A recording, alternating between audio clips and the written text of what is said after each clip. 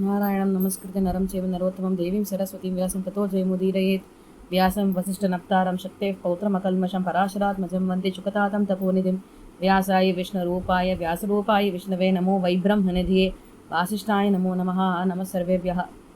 மேற்படி இந்த மாதிரி ஜனமேஜயன் கல்யாணமாகி வபுஷ்மதா அப்படின்றவளோட சௌக்கியமாக இருந்துட்டுருக்கிற வேளையில் இந்த பக்கம் ஜுரத்காரு ஒரு பெரிய தபஸ்வியாக மாறிட்டார். அவருக்கு எத்திர சாயம் கிரக அப்படின்றது தான் அவருடைய வழக்கமாக இருந்தது. எத்திர சாயம் கிரக, எத்திரனா ஊர் விட்டு ஊர் அப்படியே போயின்னு இருக்கறச்சே அவர் எந்த இடத்துக்கு போகும்போது சூரிய மஸ்தமனமாகி ராத்திரி வேளையானது கூடுறதோ அந்த இடத்தையே அவருடைய இருப்பிடமாக மாற்றின்றுவார்.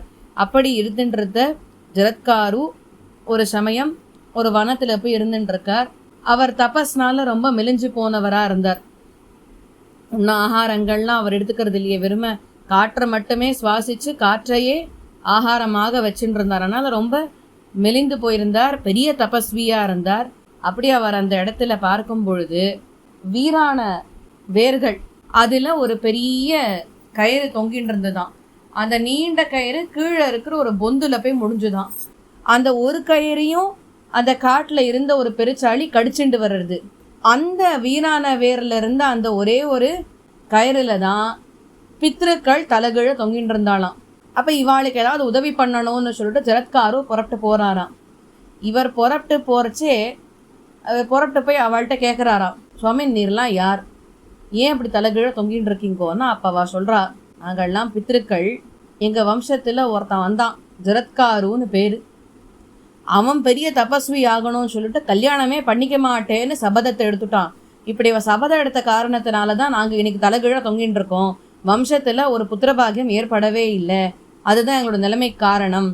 உங்களை எப்படி விடுவிக்கிறது அப்படின்னா, ஜரத்காருன்னு தெரிஞ்சுட்டு இருப்பான் எங்கேயாவது காட்டில், அவனை போய் பார்த்து இந்த விஷயம் தெரிவி. அவன் நாங்கள்லாம் விடுபடுறதுக்கு அவனாக ஏதாவது மார்க்கத்தை எங்களுக்கு கொடுத்தாதான் உண்டு. அவனை தயவு செஞ்சு எங்கேயா பார்த்தனா அந்த பிராமணனை சொல்லிவிடுவோம் அப்படின்னா. இப்போ ஜரத்காரு சொன்னாரா, நீங்கள் தேடின்னு இருந்த ஜரத்காரும் நான் தான். என்னோட தபசக்தி நன்னா வளர்த்துக்கணுன்ற காரணத்துக்காக தான் இந்திரியங்கள் எல்லாம் கட்டுப்படுத்தி பெண்ணாசை இல்லாத பார்த்துண்டு இருந்தேன். நீங்கள்லாம் என்னுடைய பித்ருக்கள், என்னை மன்னிச்சிருங்கோ, நான் பண்ணது மகா தப்பு தான், உங்களோட நிலைமைக்கு நான் தான் காரணம், ஆனால் நீங்கள் என்ன கண்டிப்பாக தண்டிக்கணும்னு நான் பிரார்த்தனை பண்ணுறேன்னா.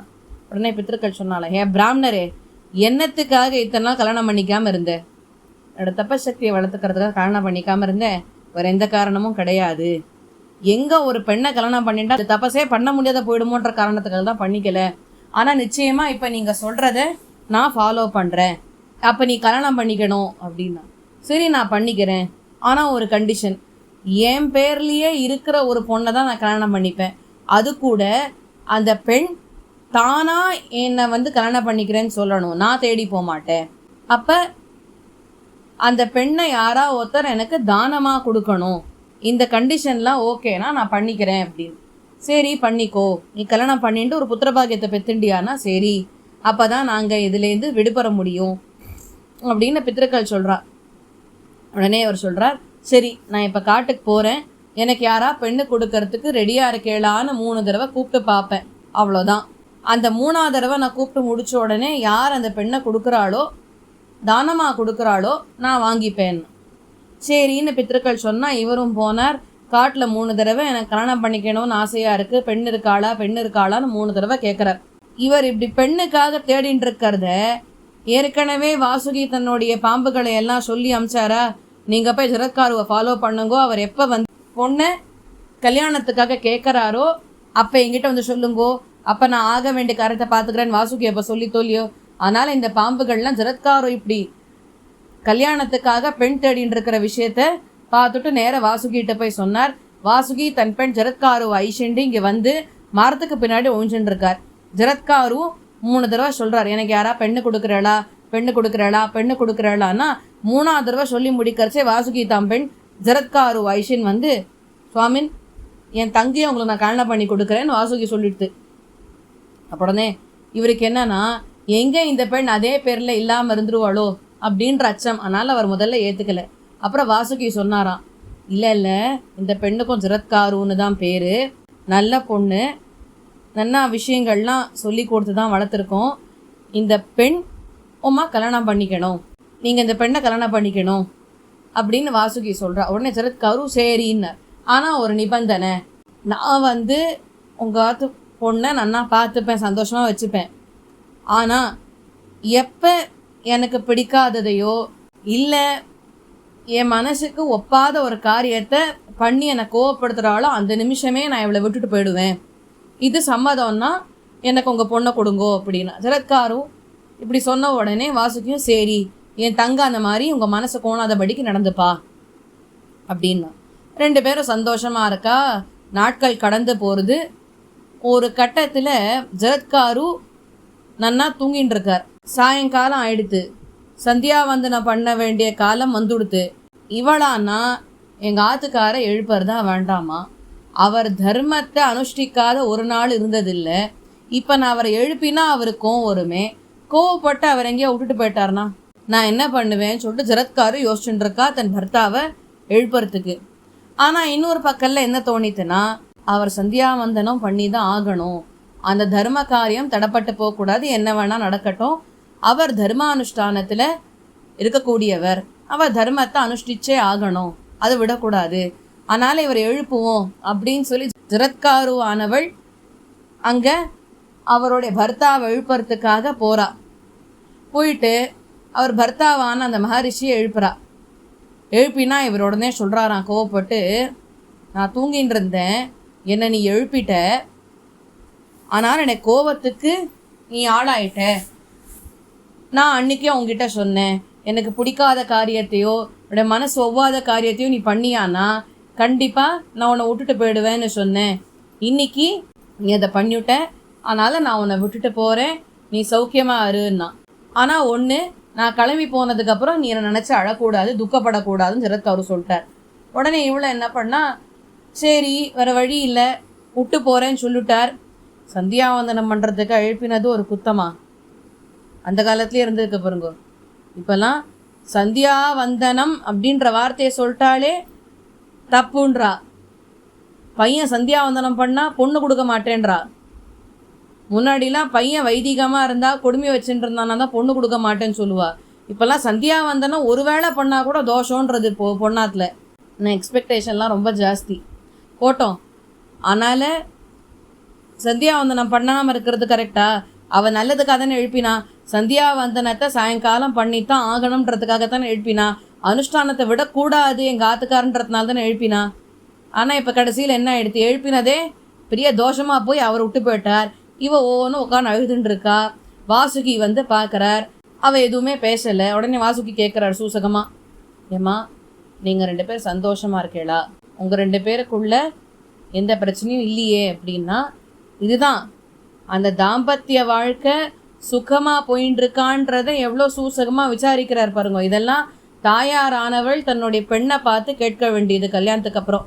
ஆச்சா, இங்கே வாசுகி தான் தங்கையை பார்த்து சூசகமாக கேட்குறார், நீங்கள் 2 பேர் சந்தோஷமாக இருக்கீங்களா, சௌக்கியமாக இருக்கீங்களா, ஒன்றும் பிரச்சனை இல்லையேன்னா இவ சொல்கிறா. அப்போ இல்லை, இந்த மாதிரி நடந்து கொடுத்து நாங்கள் சந்தோஷமாக தான் இருந்தோம், ஆனால் இப்படி சாயங்கால வேலை ஆயிடுத்தே, அவரோட அனுஷ்டானம் நின்று போகக்கூடாதுன்றதுக்காக அவர் எழுப்பினேன், கோச்சுன்னு போயிட்டார். சரிம்மா ஏமா அழற, கவலைப்படாத, நான் இப்போ அவரை தேடிட்டு போக மாட்டேன்.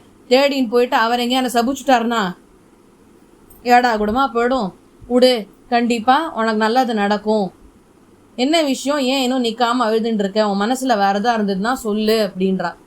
உடனே ஜரத்காரு சொல்கிறா, அவரிடத்துல புத்திர பாக்கியத்துக்காக கேட்டேன், அவர் சொன்னார், நம்மளோட தாம்பத்தியத்தை பற்றி நீ கவலைப்படாத, நிச்சயமாக உனக்கு புத்திரபாகியமானது உண்டு அப்படின்னு சொல்லிட்டு போயிட்டார். சரிம்மா, அவர் தான் சொல்லிட்டு போயிட்டாரே, நீ ஏன் கவலைப்படுற, ஒரு பெரிய தபஸ்வி அவர், கண்டிப்பாக அவர் சொன்ன வாக்கு பலிக்கும், அதனால் அப்படியே ஆகட்டும் அப்படின்னு வாசுகியும் சொல்லிடுது. இப்போ இந்த ஜரத்காரு அப்படின்றவள் கர்ப்பம் தரிக்கிறா. நாட்கள் கடந்து போகிறது. ஆஸ்திகர் பெரிய தபஸ்வி, அவர் அவதரிக்கிறார் பூமியில். செவன மகரிஷி இடத்துல எல்லா விதமான விஷயங்களையும் கற்றுக்கிறார். வேதங்கள் அதோட அங்கங்களோடு சேர்த்து பூர்த்தியாக விஷயங்களை எல்லாம் தெரிஞ்சுக்கிறார். தபஸ் பண்ணுறார். பெரிய தபஸ்வியாக வளர்ந்துன்னு வரார் ஆஸ்திகர். அதுக்கு நடுவில் என்ன ஆகுது, இங்கே ஆஸ்திகர் வளர்ந்துட்டு இருக்கிற வேளையில் ஜனமேஜேன்னு அங்கே வபுஷ்மதாவோட சௌக்கியமாக இருந்தாரோ இல்லையோ, அப்ப அவர் பெரிய தர்மிஷ்டரா அவ அப்பாவாட்டமே ராஜ்ய பரிபாலனம் பண்ணிட்டு இருந்தாரா. யுதிஷ்டர் ஆட்டம் தர்மத்தை ஸ்தாபனம் பண்ணாரா. இந்த பிரபஞ்சத்துல எல்லா இடத்துலயும் தர்மம் நிலைச்சு நின்றுதான். ராஜ்யமே ரொம்ப சுகபோகியங்களோட சௌக்கியமா இருந்துதான். அப்ப அங்க இருக்கிற மந்திரிகள்லாம் சொன்னா, உங்க அப்பாவும் இதே மாதிரிதான் ராஜ்ய பரிபாலனம் பண்ணுவா.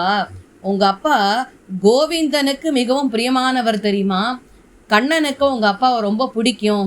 உங்க அப்பா இப்படிதான் தர்ம பரிபாலனம் பண்ணிட்டு இருந்தா ராஜ்யத்துல, பெரிய தர்மிஷ்டர் அப்படின்னு சொல்லிட்டு இருக்கிறச்சு ஜனமேஜயன் கேட்குறான், எங்க அப்பா இப்படி இருந்த பட்சத்துல ஏன் அவர் செத்து போனார், எந்த காரணத்தினால அவருடைய மரணமானது நிகழ்ந்தது அப்படின்னு கேட்கறச்சே மந்திரிகள் சொல்றா, இந்த மாதிரி ஒரு சமயம் உங்க அப்பாவுக்கு வேட்டையாடுறதுனா பிடிக்கும். அப்படி அவர் வேட்டையாடிண்டே போச்சு. ஒரு தடவை மான் அடிச்சுட்டார். மான் அடித்த உடனே அந்த மான் வேகமாக காட்டுக்குள்ளே தப்பி போயிடுது. அப்புறம் அங்கே இருக்கிற ஷமீக மகரிஷி இடத்துல இந்த மாதிரி மானை நீங்கள் பார்த்தலான்னு கேட்டால் அவர் மௌன விரதத்தில் இருந்ததுனால பதில் சொல்லலை. உங்கள் அப்பாவும் பசி தாகம் களைப்பில் இருந்தாலும் அதனால் பக்கத்தில் செத்த பாம்பை தூக்கி அவர் கழுத்தில் மாலையாக போட்டு புரட்டு போயிட்டார். இதை கேள்விப்பட்டு அவருடைய பிள்ளை ஸ்ருங்கி மகரிஷி இந்த மாதிரி சபிச்சுட்டார் உங்கள் அப்பாவை, இன்னிலேருந்து 7வது நாள் தக்ஷகன்ற பாம்பு கடிக்கும்னுட்டு. அதுக்கப்புறம் ஷமீக மகரிஷி இந்த விஷயம் கேள்விப்பட்டு அவரோட சிஷ்யர் கௌரமுக இங்கே இடத்துல அமுச்சு வச்சு செய்தியை சொல்ல வச்சார். அதுக்கப்புறம் உங்கள் அப்பா எல்லா மந்திர சித்திகள் வைத்தியர்கள் அத்தனை பேருமே இந்த அரண்மனையில் கூட்டு அமர்த்தி வச்சு அவளை வைத்தியம்லாம் பார்க்க சொல்லி எல்லாம் பண்ணினார். அப்போது 7வது நாள் வந்தது. கஷ்யபர் இவருடைய சாபத்தை கேள்விப்பட்டு இவர் குணப்படுத்தணும்னு வரும்போது தான் தக்ஷகன் எங்கே இந்த பிராமணன் சாபம் நிறைவேறாமல் போயிடுமோன்னு சொல்லிட்டு தக்ஷகன் அப்படின்ற பாம்பு தான் கஷ்யபரை வரவிடாத தடுத்து நிறுத்திட்டா. அதுக்கப்புறம் தக்ஷகனே உங்கள் அப்பா சாப்பிடக்கூடிய பழத்துக்குள்ள ஒரு புழுவாக இருந்து உங்கள் அப்பாவை கொன்னுட்டான். அதுக்கப்புறம் தான் அவருக்கு அந்திம கிரியெல்லாம் பண்ணி வச்சுட்டு உன்னை ராஜாவாக்கி அப்புறம் வபுஷ்மதி உன்னை கல்யாணம் பண்ணி வச்சு நீங்கள் இன்றைக்கி சௌக்கியமாக இருக்கீங்கோ. எனக்கு ஜனமேஜயனுக்கு கோபம் சுள்ளுன்னு வந்தது. இப்போ என்னமா தக்ஷகன் அப்படின்ற பாம்பு எங்கள் அப்பாவை கடிக்கும், இதை பார்த்து நான் எப்படி சும்மா இருக்கிறது. உடனே அத்தனை புரோஹிதர்களையும் கூப்பிட்டு இந்த மாதிரி எங்கள் அப்பாவுக்கு தக்ஷகன் அப்படின்ற பாம்பு கடிச்சுதான் அவர் மரணம் அடைஞ்சாராம். இப்போ அந்த தக்ஷகன் அப்படின்ற பாம்பு அழியணும், அதுக்கு நான் என்ன பண்ணணும் அப்படின்ன உடனே ரித்விக்குகள்லாம் சொன்னாலாம், ஒரே ஒரு மார்க்கம்தான் இருக்குது, ஒரு பெரிய யாகம் ஒன்று பண்ணணும். அந்த யாகத்துக்கு சர்ப்பசத்திர யாகம்னு பேர். புராணங்கள் இதுதான் சொல்லியிருக்குன்னு பெரியவா சொல்லியிருக்கா இதை பற்றி அப்படின்னா. சரி, அந்த யாகத்தை பண்ணுங்கோ. பௌஷ்ய பருவத்தில் அனுபவிக்கிறச்சே சிரமா அப்படின்ற நாய் ஒன்று இருந்தது.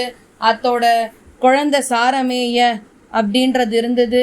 அந்த சாரமேய அப்படின்ற அந்த நாயை இந்த ஜனமேஜயன் உடன் பிறந்தவர்கள் அத்தனை பேருமே போய் அந்த நாயை தேவையே இல்லாமல் காரணமே இல்லாத போய் அடிச்சுட்டு வந்தா சரமா அப்படின்ற நாய். அதுக்கப்புறம் ஜனமேஜயன்ட்ட போய் புலம்பித்து இந்த மாதிரி நடந்து கொடுத்து அப்படின்னு அது புலம்புறது. அதுக்கப்புறம் சரமா அப்படின்ற நாய் ஜனமேஜயனுக்கு சாபம் கொடுத்துட்டு போகிறது. இந்த மாதிரி கண்டிப்பாக நீங்கள் எதிர்பார்க்காத வேளையில் உங்களுக்கு ஒரு தீங்கானது சேரும் அப்படின்னு சொல்லிட்டு போகிறோம். உடனே இந்த சாபத்தை போக்குறதுக்காக ஸ்ருதஸ்ரவசனுடைய பிள்ளை சோமஸ்ரவச போய் பார்க்குறார். அப்போ சோமஸ்ரவச அமுச்சு வைக்கிற யாகத்துக்கு. ஆனால் இவர் யாகத்தை பண்ணி வைக்கிறதா இருந்தாக்க எந்த பிராமணர் யாச்சகமாக கேட்டாலும் இவர் உடனே அதை கொடுத்துடுவார். அது உனக்கு ஓகே அப்படின்னாக்க இவரை நீ ஐஷின் போகலாம் அப்படின்னா இவர் ஓகேன்னு சொல்லி சுதஸ்ரவசனுடைய பிள்ளை சோமஸ்ரவச ஐஷின் வந்துட்டார். இப்போ இந்த யாகசாலையை இவா கட்டுறதுக்கு இதான் இடம்லாம் பார்த்து வச்சுட்டா. ரித்விக்கள்லாம் சேர்ந்து கரெக்டாக இருக்க இடம் அப்படின்னு அவளும் பர்மிஷன் கொடுத்துட்டா. உடனே ஸ்தபதியை கூட்டு யாகசாலையை கட்ட சொல்கிறா. அந்த இடத்துல யாகசாலை இவரும் கட்டின்ண்டே வந்திருக்கார். ஒரு கட்டத்தில் அந்த யாகசாலையை கட்டி முடிக்கிறச்சே, யாகம் ஆரம்பிக்கிறதுக்கு முன்னாடி இதெல்லாம் யாகசாலையை கட்டி முடிக்கிறச்சே ஸ்தபதி நன்னா விஷயம் தெரிஞ்சவர், வாஸ்து சாஸ்திரம் தெரிஞ்சவர், புராணங்களில் நன்னா தேர்ச்சி இருக்கக்கூடியவர். இப்போ இந்த யாகசாலையை நீங்கள் கட்டியிருக்கேளே, இந்த எந்த இடத்துல நீங்கள் இந்த யாகசாலையை அமைச்சிருக்கேளோ, எந்த டயத்தில் இதை நீங்கள் அளந்தேளோ, இது ரெண்டுத்தையும் வச்சு பார்க்கறச்சே இந்த யாகமானது பூர்த்தி பெறாதுன்னு தெரியறது. அதுவும் இந்த யாகம் நின்று போகிறதுக்கு ஒரு பிராமணன் தான் காரணமாக இருப்பார் அப்படின்னு சொன்ன உடனே ஏதத் ஸ்ருத்வா து ராஜாசௌ பிராக்தீக்ஷா காலம் அப்ரவீத் க்ஷத்தாரம் நஹிமே கஷ்டித் அக்ஞாத பிரவிஷேதிதி. ராஜாக்கு இந்த யாகத்தை ஆரம்பிக்கிறதுக்குள்ள பத்தியா அபசகுணம் வந்துடுத்து இந்த இடத்துல. ஏற்கனவே இந்த யாகம் எதுக்கெல்லாம் நடுவில் நடக்கிறதுன்னு யோசிச்சு பாருங்க. சரமா அப்படின்ற நாயினுடைய சாபம் கண்டிப்பா நீ எதிர்பார்க்காத நேரத்துல தான் உனக்கு தீங்கானது வந்து சேரும் அவசபிச்சுட்டா. அந்த சாபத்தை ஒண்ணும் இல்லாத பண்ணணுன்றதுக்காக தான் ஸ்ருதஸ்ரவஸ்னுடைய பிள்ளை சோமஸ்ரவஸ் மகரிஷி ஐஷண்டு வந்தார். அவர் என்ன கண்டிஷன் போட்டார் பாருங்க. முதல்ல சரமாவனுடைய சாபம், அதுக்கப்புறம் இந்த சோமஸ்ரவஸ் அப்படின்ற மகரிஷி என்ன கண்டிஷன் போட்டார், யாராவது நான் யாகம் பண்ணும்போது ஒரு பிராமணர் வந்து தட்சிணை கேட்டா கண்டிப்பா நான் கொடுப்பேன், இதுக்கு உங்களுக்கு ஓகேனா நான் வரேன்னு சோமஸ்ரவஸ் கண்டிஷன் போட்டார். 2 கண்டிஷன் எடுத்தா. இப்போ 3வது தடங்கல் சர்ப்பசத்திர யாகத்துல என்னது, நீங்க எந்த வேளையில இதை அளந்தேளோ, எந்த நிலத்துல நீங்க இதை பார்த்து வச்சிருக்கீளோ யாகசாலையா பண்றதுக்கு, இந்த 2மே எதை குறிக்கிறது, கண்டிப்பா இந்த யாகமானது பூர்த்தி ஆகாது, அதுவும் ஒரு பிராமணன் தான் அதுக்கு தடையா இருப்பாருன்னு இப்ப 3வது இண்டிகேஷன் வந்துருது. ராஜா என்ன பண்ணுவார் சொல்லுங்க. எத்தனை டைட் செக்யூரிட்டி போடுறது. ஏற்கனவே அந்த சரமா அப்படின்ற நாய் சபிச்ச உடனேவே ஃபுல் டைட் செக்யூரிட்டியை போட்டார். இப்ப திருப்பி டைட் செக்யூரிட்டியை போடுறார். க்ஷத்தாரம் நஹிமே கஷ்டித் அக்ஞாத பிரவிஷேதிதி, யாருமே அனுமதி இல்லாத உள்ள வரக்கூடாது அப்படின்னு இவர் இங்க டைட் செக்யூரிட்டியை போட்டுட்டார் திரும்பி. அப்ப என்ன ஆறுதான், முன்னாடி இருந்ததை காட்டில காத்தால கூட உள்ள போக முடியாது, அந்த அளவுக்கு டைட் செக்யூரிட்டி போட்டு வச்சிருக்காராம். பாம்புகள்லாம் நடுங்கிட்டு இருக்கு. ஏன்னா இவ இப்ப இந்த யஜ்யத்தை ஆரம்பிச்சுட்டா, அதுல இந்த ஹவிர்பாகத்தை வந்து சேகரா பாம்புகளினுடைய பேரை சொல்லி பொத்து பொத்து பொத்து பொத்துன்னு ஒரு பாம்பா வந்து விழருது. பாவமா இருந்தது. ஆனா ஒரு பாம்பு இன்னொரு பாம்பை பார்த்து, பாவம் நீயும் வந்து விழணும், பாவம் தலையெழுத்த பார்த்தியான்னு ஒன்னை இன்னொன்னை பார்த்து பாவப்பட்டுன்ட்டு அந்த யாகசாயில வந்து விழுந்துட்டு இருக்கான். வெள்ளை, கருப்பு, நீலம், வயதானது, இளமையா இருக்கிறது, பெரிய பாம்பு, சின்ன பாம்பு, ரொம்ப சின்ன பாம்பு, இந்த எந்த விதமான ஒரு பேதமும் இல்லாத எல்லா பாம்பும் வந்து விழுந்துதான். 100, 1000, 10,000 லட்சக்கணக்கான பாம்புகள் இதுல வந்து விழறதான். ஒரு சில பாம்புகள்லாம் இதுல வந்து விழறதே, அதுல ஒரு சிலதெல்லாம் பார்க்கறதுக்கு துரகா இவ தத்ரானியே ஹஸ்தி ஹஸ்தா இவாபரே மத்தா இவச்ச மாதங்கா மகாகாயா மகாபலாகா. அப்ப இந்த குதிரைகள் வடிவத்துல இருக்கக்கூடிய பாம்புகள், ஒரு சிலது யானையோட தந்தம் மாதிரி இருந்துதான், இன்னும் சிலது மதம் பிடிச்ச யானை அளவுக்கு பலத்தோட இருந்துதான், இன்னும் சிலது பெரிய பெரிய சரீரத்தை உடையதா இருந்துதான். இந்த மாதிரி எத்தனையோ வண்ணங்கள்ல விஷத்தோட கூட பார்க்கறதுக்கே கோரமா கூர்மையான இந்த முனைகளை கொண்டிருக்கக்கூடிய கதைகளாட்டம், இன்னும் எத்தனையோ விதமான ஆயுதங்களாட்டம் கோர முகங்களை கொண்டு ஒன்னொன்னும் வந்து விழுந்தது இந்த யாகசாலையில அவ அம்மாவோடைய சாபத்தினால. அப்ப சௌனகர் கேட்கிறாராம், சர்ப்பசத்ரே ததாராஜ்ஞ பாண்டவே யஸ்ய தீமதः ஜனமேஜயஸ்ய கேத்வாசன் ரித்விஜ பரமர்ஷய. யார் அந்த பெரிய மகரிஷிகள் வந்து ரித்விஜிகளை உட்காண்டு இந்த சர்ப்பசத்திர யாகத்தை ஜனமேஜயனுக்காக பண்ணி கொடுத்தா, யார் சதசியர்களா உட்காண்டா இந்த கோரமான சர்ப்பசத்திர யாகத்தை பண்றதுக்கு. ஏ பிள்ளாய், தயவு செஞ்சு நீங்க இந்த விஷயங்களை எல்லாம் எங்களுக்கு சொல்லணும். ஏ சௌதி மகரிஷியே, யாரு இந்த சர்ப்பசத்திர யாகத்துக்கு உண்டான விஷயங்களை எல்லாம் ஏற்பாடு பண்ணினான்னு சொல்லணும் அப்படின்னு உடனே சௌதி மகரிஷி சொன்னார். சரி, யாரெல்லாம் அங்க நல்ல ஞானிகளா ரித்விஜர்கள் சதசியர்கள்லாம் இருந்தாலும் அவ பேரெல்லாம் சொல்றேன் கேளுங்கோ. சந்த பார்கவன்ற பிராமணர், அவர் செவன வம்சத்தை சேர்ந்தவர். அவர் வந்து பெரிய ஞானி, வேதங்கள் அறிந்த வித்வான்கள்ல பிரதானமாய் திகழக்கூடியவர். அவர் தான் ஹோதாவா இருந்தார் இந்த யாகத்துல. யாரு? சந்த பார்கவர் அப்படின்றவர் ஹோதாவா இருந்தார். இந்த வயதான பிராமணர் கௌட்ச அப்படின்ற பேர்ல இருக்கார். அவர் உத்காத்தாவா இருந்தார். ஜெய்மினி பிரம்மஸ்தானத்துல இருக்கார். கூட ஷாரங்கரவ பிங்கள, இந்த 2 ரிஷிகளுமே அத்வரியுக்களா இருந்தா. வியாசர் அவருடைய பிள்ளைகள் சிஷ்யர்கள் எல்லாம் ஐஷிண்டு உத்தலக்க, பிரமத்தக்க, ஸ்வேதகேது, பிங்கள, அசித தேவல, நாரத, பர்வத, ஆத்ரேய, குண்ட ஜட்டர, காலகட்ட, வாத்சிய, அதாவது எப்பொழுதுமே ஜபத்திலே மூழ்கி இருக்கக்கூடியவரான ஸ்ருதஸ்ரவஸ் அந்த இடத்துக்கு வந்தார். கூடவே வேதங்களை நன்கு அறிந்திருக்கக்கூடிய கோஹல, தேவசர்ம, மௌத்கல்ய, சமசௌரப அப்படின்றவர்கள்லாம் அந்த இடத்துக்கு வந்து சேர்ந்தா. இன்னும் நிறைய பண்டிதர்கள் வேதங்களை நன்கு வாசித்தவர்கள்லாம் சதஸ்யர்களாக அந்த இடத்துல வந்து உட்காந்தா. பரீட்சித் மகாராஜருடைய புள்ள பண்ணக்கூடிய சர்ப்பசத்திர யாகத்தில் இந்த ரித்விச்சர்கள்லாம் ஹவிர்பாகத்தை அக்னியில் இடரச்சிய சர்ப்பசத்திர யாகத்தில் கோரமான பாம்புகள் பயந்துண்டே வந்து உழுந்துதான்.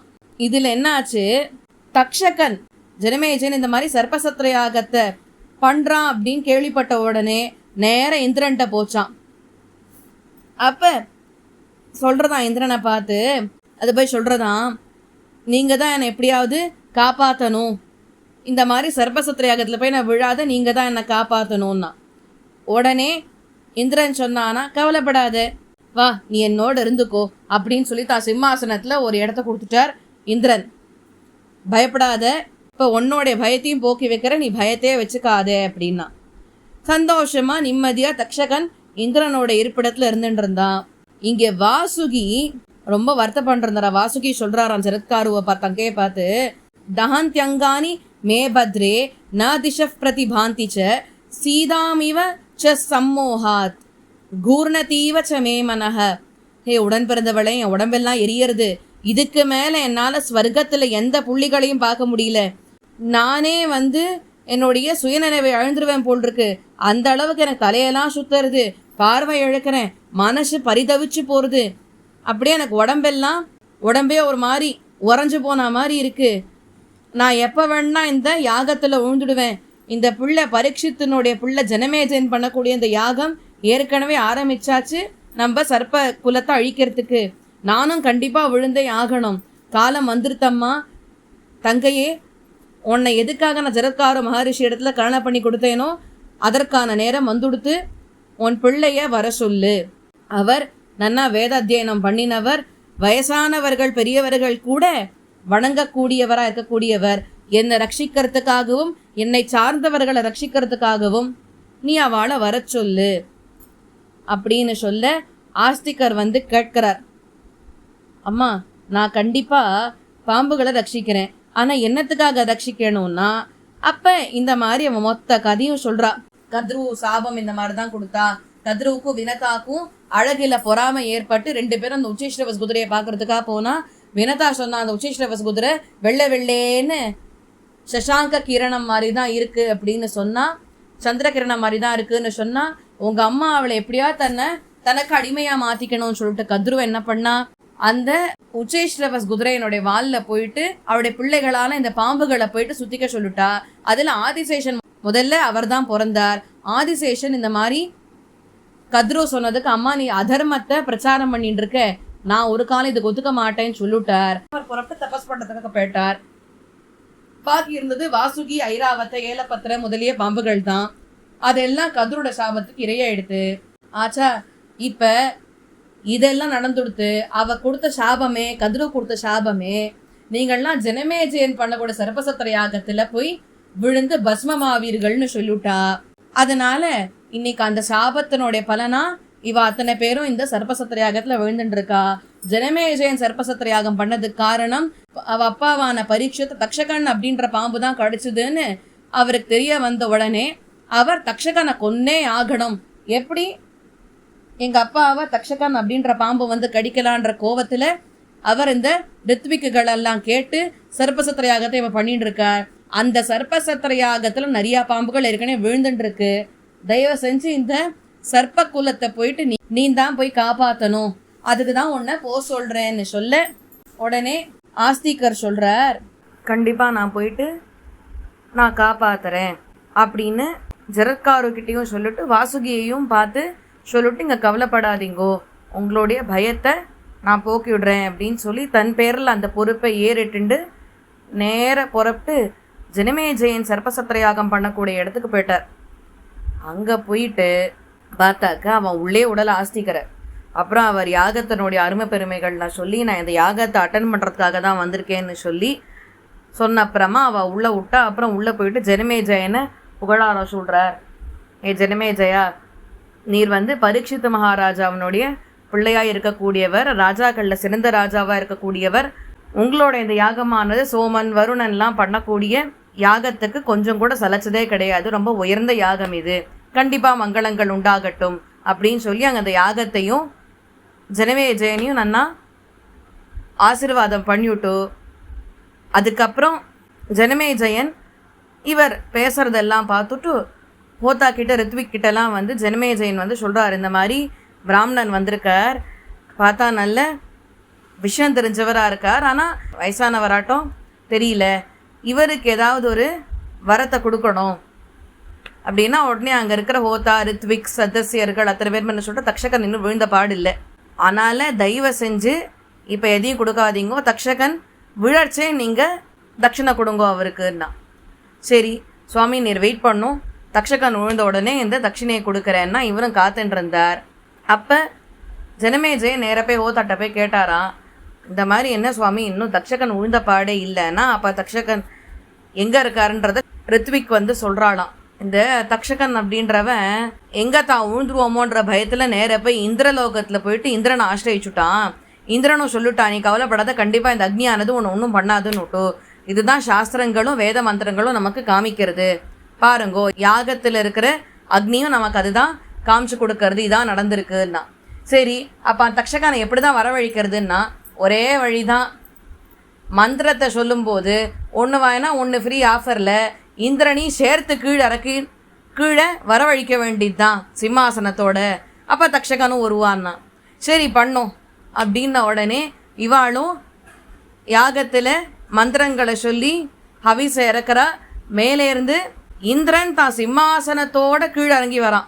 கீழிறங்கி வரும்போது எங்கே தான் பிராணம் போயிடுமோன்னு பயந்த தக்ஷகன் இந்திரனுடைய ஆபரணங்கள் அலங்காரங்களுக்கு நடுவில்லாம் போய் மறைஞ்சு நுடுறான். இந்திரன் என்ன பண்ணா, உனக்கு ஒரு வேலை இல்லை, உன்னை காப்பாற்றுறதுக்காக நான் என் உயிரி சேர்த்து கொடுப்பேன்னா நீ போய்க்கோ நான் கிளம்புறேன்னு சொல்லி இந்திரன் தக்ஷகனை அந்த இடத்துல தனியாக விட்டுட்டு புறப்பட்டு போயிட்டான். தக்ஷகன் இப்போ கீழே விழுந்துட்டுருக்கான். கீழே விடுற சமயத்தில் ஆஸ்திகர் இதை பார்த்து 3 தடவை அங்கேயே நில்லு அங்கேயே நில்லு அங்கேயே நில்லுன்ட்டார். ஆனாலும் தக்ஷகன் பூமியிலையும் இல்லாத ஸ்வர்க்கத்துலேயும் இல்லாத நடுவாந்திரத்தில் அந்தரங்கத்தில் தொங்கின்னு இருக்கான். இப்போ ஜனமேஜயன் கேட்குறார், தக்ஷகன் தான் இப்போ வந்தாச்சே, நான் பேசாமல் கொடுத்துட்டோமானா ஹோத்தா சொல்கிறார், இரு இன்னும் தக்ஷகன் பக்கத்தில் வரல, வந்துன்னு இருக்கான் தான் நான் சொன்னேன், இன்னும் வந்த பாடு இல்லை, வந்த உடனே நீ தட்சிணையை கொடுன்னா.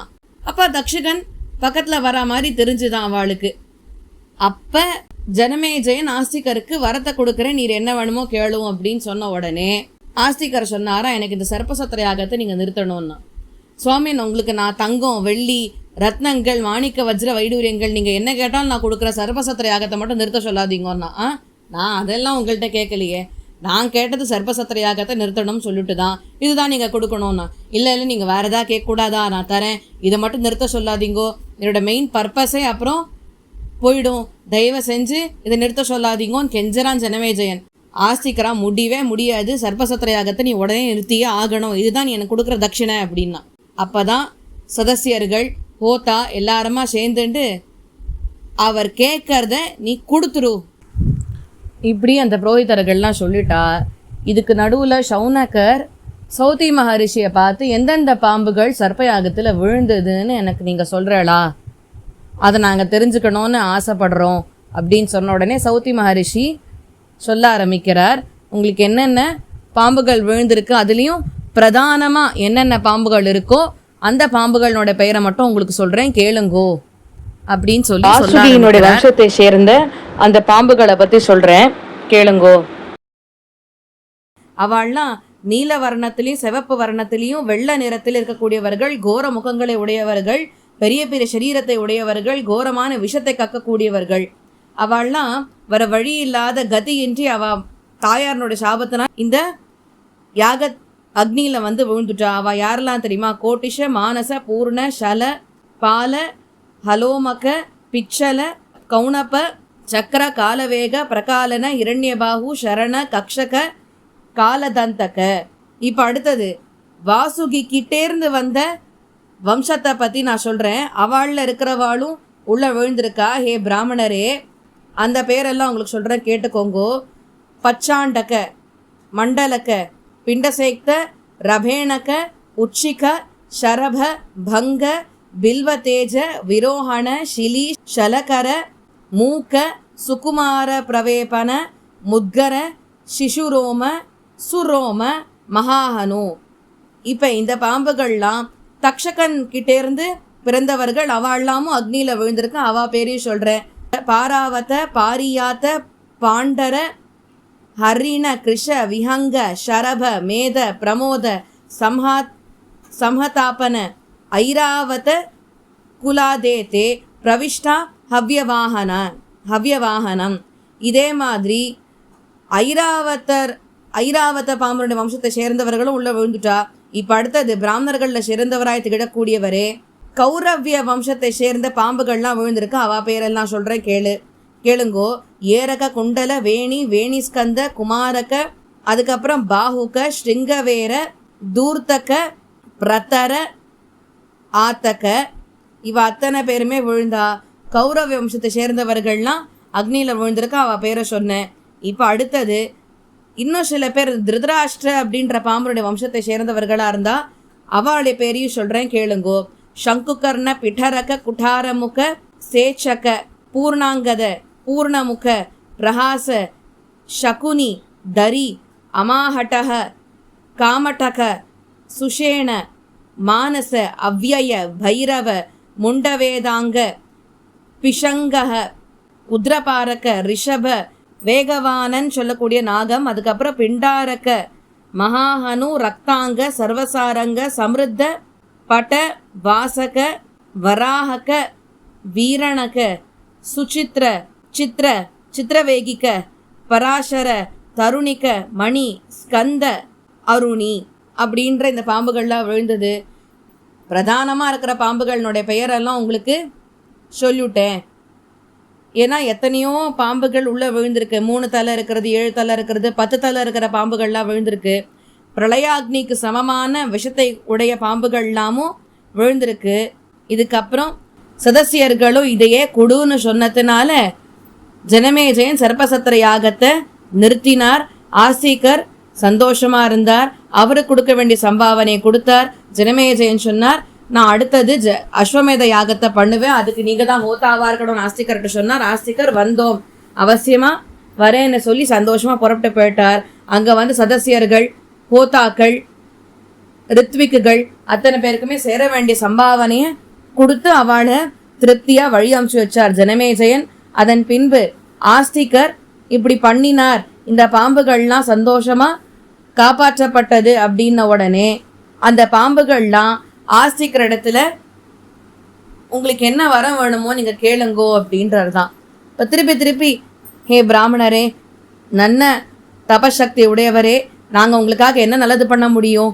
நீங்கள் எவ்வளோ பெரிய உபகாரம் பண்ணியிருக்கீங்கோ, அதுக்கு ஒரு பிரதி உபகாரம் நாங்கள் என்னன்னு நாங்கள் பண்ண முடியும்? எங்களால் ஆனதை உங்களுக்கு வரத்தை தான் கொடுக்க முடியும். அதனால் பிள்ளாய் சொல்லு, உங்களுக்கு என்ன வரம் வேணுமோ நான் தரேன் அப்படின்னா உடனே ஆஸ்திகர் சொல்கிறார், சாயம் பிரார்த்தையே பிரசன்னாத்ம ரூபா லோகே விப்ரா மானவா ஏ பரேபி தர்மாக்கியானம் ஏ பட்டேயுஹு மமேதம் தேஷாம் யுஷ்மன்னைவ கிம்சித் அபயம் சியாத்து. எந்த பிராமணர்கள் மற்ற புருஷர்கள் சந்தோஷமா நன்னா கவனத்தோட கார்த்தால சாயங்காலம் இந்த நிகழ்வை வாசிக்கிறாளோ, நாம் பண்ணின இந்த காரியத்தை வாசிக்கிறாளோ, அவளுக்கு சர்ப்பபயம் இல்லாத போகட்டும். அப்பா கண்டிப்பா நாங்க இந்த வரத்தை வந்து அனுகிரகம் பண்றோம். அசிதம் சார்த்திமந்தம் ச சுனீதம் சாப்பி யஸ்மரேத் திவாவா யதிவாராத்ரோ நாசி சர்ப்பபயம் பவேத் யோ ஜரத்காருணா ஜாதோ ஜரத்காரோ மகாயஷாஹ ஆஸ்திக சர்ப்ப சத்ரேவஹ பன்னகான் யோபிய ரக்ஷத தம் ஸ்மரந்த மகாபாகா நமாம் ஹிம்சிதம் அர்ஹத. யாரெல்லாம் அசிதர் அர்த்திமான் சுனீதன்னு இந்த 3 பேரனோட பெயர்களையும் கார்த்தால சாயங்காலம்னு தன் மனசுல ஸ்மரிச்சுட்டு இருக்காளோ அவளுக்கு சர்ப்பபயம் இருக்கவே இருக்காது. யார் ஒருவன் ஆஸ்திகர் ஜரத்காரோவனுடைய பிள்ளையா இருக்கக்கூடியவர், ஜரத்காரு இந்த மாதிரி மகாயுஷா இருக்கக்கூடியவராச்சு, அவருக்கு ஆஸ்திகர் இப்படி பிள்ளையாக பிறந்து பாம்புகளை சர்ப்பசத்திர யாகத்திலிருந்து காப்பாற்றி கொடுத்தாரே, அப்படிப்பட்டவரை நான் ஸ்மரிக்கிறேன். அதனால ஹே பாம்புகளே, என்னை நீங்கள் தீண்டக்கூடாதுன்னு சொல்றாளோ அவளுக்கு பாம்புனால எந்த விதமான தீங்கும் நேராதுன்னு சொல்லிட்டு அதுங்க ஒரு ஸ்லோகத்தை சொல்றதுங்க பாம்புகள். என்ன ஸ்லோகம் சொல்லினா நம்மளை கடிக்க வந்த பாம்பு கடிக்காத விட்டுடும்ன்றது அந்த பாம்புகள் ஸ்லோகத்தை சொல்றது. சர்பாப சர்ப பத்ரம் தே கச்ச சர்ப மகாவிஷ ஜனமே ஜெயச யஜ்ஞாந்தே ஆஸ்தீக வச்சனம் ஸ்மர. சர்பாப சர்ப பத்ரம் தே கச்ச சர்ப மகாவிஷ ஜனமே ஜெயசி யஜ்ஞாந்தே ஆஸ்தீக வச்சனம் ஸ்மர. ஹே அனுகிரகிக்கப்பட்ட பாம்பே, இந்த இடத்த விட்டு போயிடு, நீ கிளம்பி போ. ஹே விஷம் நிரம்பிருக்கூடிய பாம்பே, நீ புறப்பட்டு போ. ஆஸ்திகர் அன்னைக்கு சர்ப்பசத்திரையாக ஜனமேஜயன் நடத்தினாரே, அதுல ஆஸ்திகர் பேசின அந்த வார்த்தைகளை நீ நினைவில் வச்சுண்டு இந்த இடத்த விட்டு என்ன ஒன்றும் பண்ணாத, நீ புறப்பட்டு போவாயாக அப்படின்னு இந்த ஸ்லோகத்தை சொன்னாக்க பாம்பு புறட்டு போயிடும். ஆனா அதை மீறி ஒருவேளை ஒரு பாம்பை தான் வீரியத்தை காமிக்கிறதுக்காக கண்டிப்பா கடிச்சே தீருவேன்னு சொல்லிட்டுனா இந்த ஸ்லோகத்தை நம்ம சொன்ன அப்புறம் அதுக்கு அந்த பாம்புகளே சொல்றது, எந்த பாம்பு அந்த மாதிரி பண்றதோ அந்த பாம்பு சிஷம மரத்தில் இருக்கக்கூடிய பழம் போல அத்தோடைய தலையானது 100 துண்டுகளாக வெடிச்சு சிதறும் அப்படின்னு சொல்றார். அதன் பின்பு ஆஸ்திகர் ரொம்ப சந்தோஷப்பட்டு, அப்பாடா நம்ம வந்த காரியம் முடிஞ்சு போயிடுத்து நல்லபடியான்னு நினைச்சுட்டு திருப்தி பட்டுண்டு, இப்படி தர்மிஷ்டராய் பிராமணர்களில் சிறந்தவராய் திகழக்கூடியவர் சர்ப்பசத்திர யாகத்திலிருந்து பாம்புகளை எல்லாம் ரட்சித்த உடனே அவர் சரியான நேரத்தில் மோட்சத்தை அடைந்தார். அவருடைய பிள்ளைகள் பேரன்கள்லாம் அப்புறம் இருந்துட்டு இருந்தா. நான் தெரிஞ்சின்ற விஷயம் அத்தனையுமே நான் சொல்லிட்டேன். இதை முன்னாடி உங்கள் வம்சத்தை சேர்ந்த ரூரு அப்படின்றவர் தன்னுடைய தாப்பனாரான பிரமதி கிட்டேந்து கேட்டு தெரிஞ்சின்றார். அதுக்கப்புறம் அது எங்கள் அப்பாவுக்கு சொன்னார். எங்கள் அப்பா அதை எனக்கு சொல்லி வச்சார். அப்படிப்பட்ட உயர்ந்த இந்த ஆஸ்திக சரித்திரத்தை ஆரம்பத்திலிருந்து முடிவு வரைக்கும் சொல்லி முடிச்சிருக்கேன். இந்த ஆஸ்திக சரித்திரம் உயர்ந்த தர்மத்தை அதிகரிக்கக்கூடிய சரித்திரம். இதை நீர் டுண்டுப சரித்திரத்தை சொல்லும் பொழுதே கேட்டீர். அதற்குண்டான விடையை நான் உங்களுக்கு கொடுத்துட்டேன். இப்போ நீங்கள் சந்தோஷப்படுவீர் நான் நம்புகிறேன் அப்படின்னு சொல்லி முடிக்கிறார். அடுத்தது அம்சாவதரண பருவம். அந்த அம்சாவதரண பருவத்தில் சௌனக மகரிஷி சௌதி மகரிஷியை பார்த்து கேட்கிறார், பிருகுவம்சத்தை பற்றியும் மற்ற சரித்திரங்களை பற்றியெல்லாம் சொன்னீர். நீர் பிருகுவம்சத்தை பற்றின சரித்திரத்தை ஆரம்பத்திலிருந்து முடிவு வரைக்கும் சொல்லி முடிச்சிருக்கீர். எனக்கு அதில் ரொம்ப சந்தோஷம். இருந்தாலும் வியாசர் எழுதின விஷயங்கள் அதை பற்றி தேவரீர் எங்களுக்கு சொல்லணும்னு எங்களுக்கு ஆசையாக இருக்குது. நாங்கள் உங்கள் திருவாய மலர்ந்ததை பற்றி கேட்கணும்னு ரொம்ப ஆசைப்படுறோன்னு சௌதி மகரிஷி சொன்னாராம். அதாவது பிராமணர்கள் எத்தனையோ விஷயங்களை யாகத்துக்கு நடுவில் பேசியிருக்கா. அதுக்கு நடுவில் வியாசர் சொன்னது இந்த பாரதம் அப்படின்ன உடனே இந்த மகாபாரதம் ஆக்கியானம் பாண்டவானாம் யஸ்கரம் ஜனமேஜயேன பிருஷ்டஹ சன் கிருஷ்ண துவைபாயனஸ்ததா ஸ்ராவயாமாச விதிவத் ததா கர்மாந்தரே துசக தாமகம் விதிவத் புண்ணியாம் ஸ்ரோத்தும் இச்சாமி வைக்கதம்.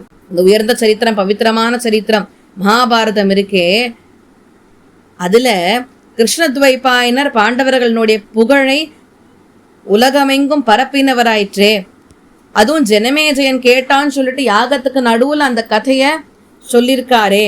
அந்த கதையானது கடல் போல மனதை உடைய உயர்ந்த ரிஷி அவரிடத்திலிருந்து உதித்ததாச்சே. அதனால புருஷர்கள்ல சிறந்தவராய் திகழக்கூடியவரே, தயவு செஞ்சு சௌதி மகரிஷி என்னோட தாகமானது இப்ப நீங்க சொன்ன கதையிலெல்லாம் அடங்கல, இந்த மகாபாரதம் கேட்டாதான் அடங்கும், தயவுசெஞ்சு சரித்திரத்தை சொல்லுங்கன்னு சொல்ல, சரி நான் உங்களுக்கு மகாபாரதம் ரொம்ப உத்தமமான சரித்திரம், அது ஆரம்பத்திலேருந்து கடைசி வரைக்கும் கிருஷ்ணத்வைபாயன மகரிஷியால் இயற்றப்பட்டதாச்சே. அந்த சரித்திரத்தை ஆரம்பத்திலேருந்து முடிவு வரைக்கும் உங்களுக்கு நான் சொல்றேன், பூர்த்தியா கேளுங்கோ. ஹே பிராமணரே, அதை நான் சொல்லும் பொழுது பூர்த்தியா கேளுங்கோ. எனக்கு அதை சொல்லும் பொழுது உயர்ந்த சந்தோஷமானது மனசுல ஏற்படுறது அப்படின்னு இந்த இடத்துல சௌதி மகரிஷி சொல்றார். மேற்படி 60வது அத்தியாயத்துல அந்த சரித்திரத்தை சொல்ல ஆரம்பிக்க போறார். அது என்னன்றதை நாளை தினம் அனுபவிக்கலாம். ஏதேனும் பிழைகள் இருந்தால் பிரிவா க்ஷமிக்கணும்னு பிரார்த்திச்சுக்கிறேன். கவிதா சிம்மே கரணகுணசாலி ஸ்ரீமதி வெங்கடேஷ வேதாந்த குடவே நமः. ஸ்ரீமதி சிவன் ஜலகோப ரங்கநாத்ரே மகாதேஷ்காய நமः. ஸ்ரீமதி சிவசங்காரிய மகாதேஷ்காய நமः. நம சர்வேபியः. பாரதம் தொடரும்.